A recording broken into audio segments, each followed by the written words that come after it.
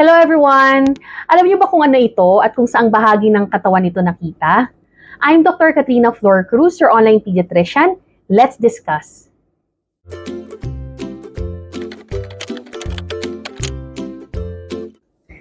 Alam naman natin ang mga bata, napaka-curious and they like to reach out for so many things around them. And because of that, yung mga small objects tulad ng mga candies, beads, battery, botones, buto, pieces ng mga Crayola at even mga laruan, pwede yung pumasok sa kanilang mga tenga. At yung mga insects tulad ng cockroach, pating mga langaw, pwede din yung gumapang or pumasok sa loob ng tenga ng mga bata. Paano ba natin malalaman kung may object na accidentally nakapasok sa tenga ng bata? Alam nyo, some objects placed in the ear may not immediately cause any symptoms. Pwedeng walang nararamdaman ng mga bata or wala siyang simptomas. However, yung mga objects tulad ng mga beads, yung mga laruan na maliliit o kaya yung mga insekto, pwede siyang mag-cause ng pain sa tenga, ganun din yung pamumula. At yung pangdinig o yung hearing pwede ding maapektuhan if nakabara ang object sa ear canal. If matagal na ang object sa tenga, pwedeng may fluid or luga na tumutulo na mula dito. So nakikita natin dito, ito ay isang picture galing kay Dr. Louie Gutierrez, isa siyang ENT. Makikita natin ang isang green na bead na nakapasok sa right ear ng isang 2-year-old na bata.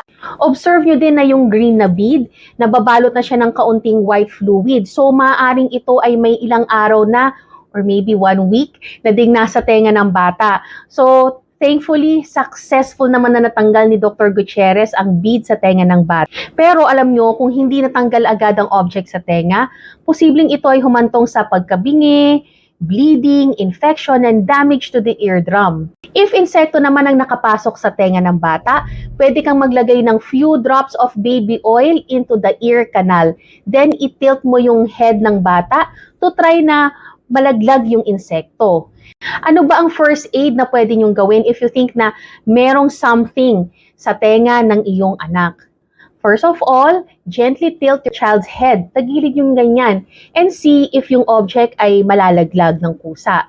Number 2, pwede kang kumuha ng flashlight tapos i-check mo kung mababaw lang yung object. And then see if kaya mo siyang i-remove gamit yung tsane, yung tweezers na ginagamit natin sa pangkilay. Now, important na paalala, huwag gumamit ng cotton buds at huwag sundutin, and be careful not to push the object deeper into the ear canal.